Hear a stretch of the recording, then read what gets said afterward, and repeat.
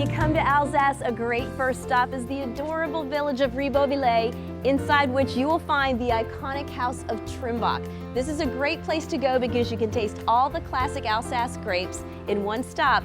They're really well known in the U.S. for a good reason. The quality is impeccable, but come taste them here in person. It's a blast. And inside the tasting room is a great place to taste all the core grape varieties of Alsace in one stop: Pinot Blanc, Riesling, Pinot Gris, and Gewürztraminer. So you can lock in all 4 classic grapes on your first stop. I always say to people, you have to taste the wine to know it, and if you can taste it where it's made, you'll never forget it. So if somebody's coming to Alsace to visit, what should they know? We have a great restaurant scene in Alsace. We have among the top restaurants in France. So there is a lot to do, a lot to eat, a lot to taste, and certainly a lot to visit. So when you come here to visit, you're going to go to the restaurants. Then you can also take beautiful walks on the trails and in the mountains to burn off the calories, right?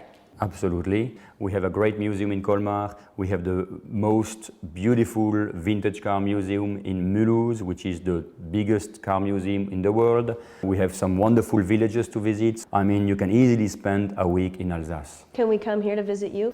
Preferably with an appointment. So just send us an email or a little phone.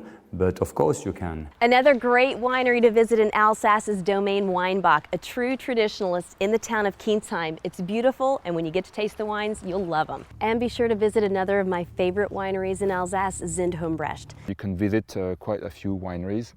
For some of them, please do take an appointment.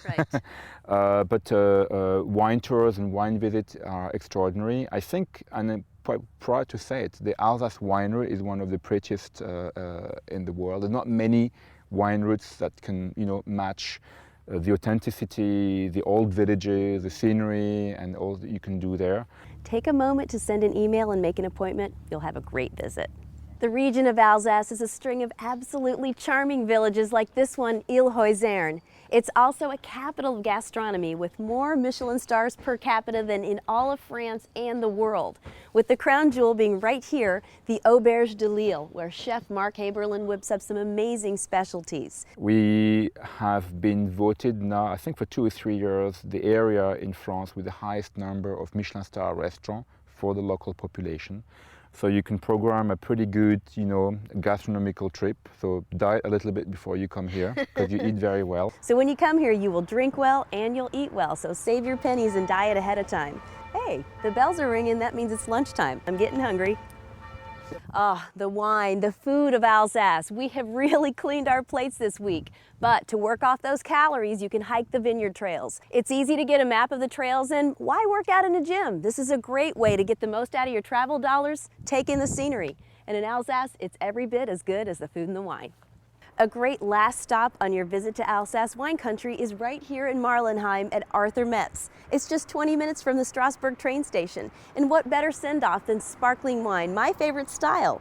The Alsace version is called Crémant d'Alsace, and Arthur Metz does it right. Let's go taste it.